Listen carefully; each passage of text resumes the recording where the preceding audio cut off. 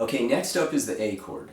The A chord is this shape. So it doesn't matter if you play it like this, if you play it with 2, 3, 4, that's your A chord.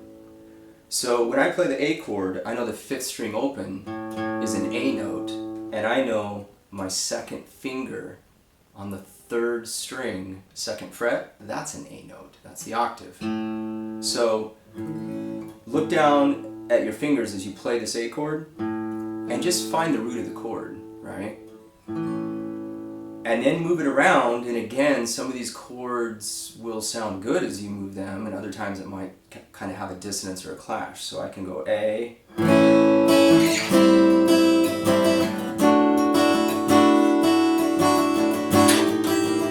See a little more bite.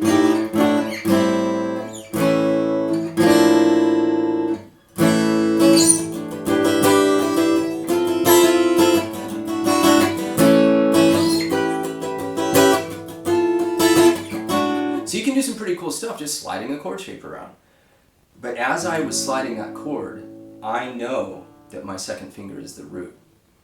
And you'll be able to see the full bar chord shapes later. But for right now, when I slide up to here, I know that's a C note, my second finger. That's it. So that's a C chord. And if I'm hitting the 5th string open, it's a C chord with an A in the bass, because the A is ringing open, right?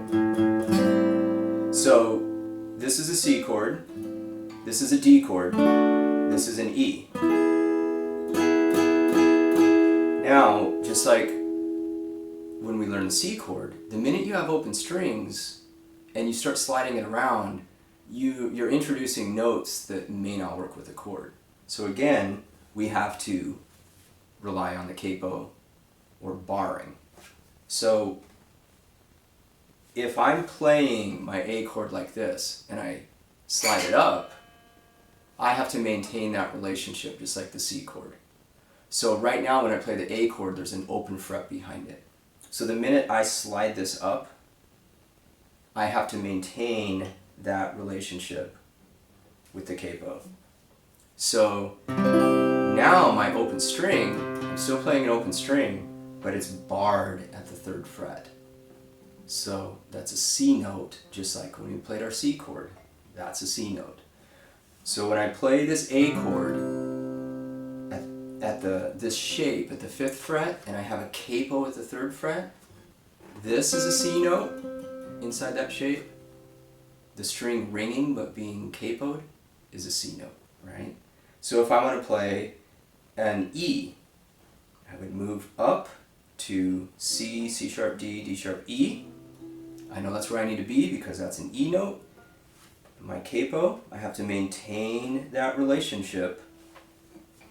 Down here, there was 1 fret behind it. So if my A chord shape is at the 9th fret, I have to put the capo at the 7th fret. Okay, now let's go back to that C chord shape a minute. This is where things start building on top of each other that you need to be aware of, and this is also what causes so much confusion. I can play a C chord here.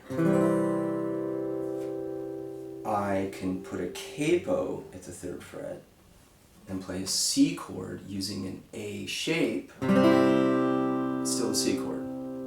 Okay, now what if I wanted to play a D chord using a C shape? Well, if you're playing a C chord and you want to play D, you find D and then you put the capo down behind that C shape. There's your D chord. Okay, now if you are practicing barring chords, here's a great little half bar, so you don't always have to use a capo. If you move your first finger up for the C chord, you need a way to bar this. So take your C chord and play it with pinky 3, 2. I know it's going to feel weird, but now watch what you do.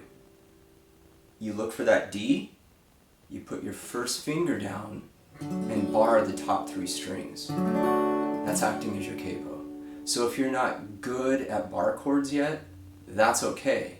You want to be able to see where you would put your finger or where you would put the capo to play that D chord. So if I just move this bar chord up, there's an E chord using my C chord shape. This is an E note, that's an E note. But my pinky's on the root and I'm barring 1 fret behind, right? So let's go back to this D chord. That's my D chord if I'm barring. If I'm capoing, I have to put my capo where my first finger is. Okay, so that's D. Now, for the A chord shape, I have to capo the 5th fret, play an A chord. That's a D chord. If you want to bar this one, this chord shape, your first finger takes the place of the capo, right? So you're going to play it like this, or like that.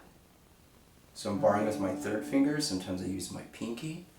So without the capo, if you want to bar, this is a pretty tough chord. I think this is one of the harder bar chords. So if you don't get it, it's okay. But I'm pressing really hard at my knuckle here so it kicks my finger out away from the thin top string. So that's my D chord. Or you can play it like this. But that's the D chord using the A shape. There's my A chord.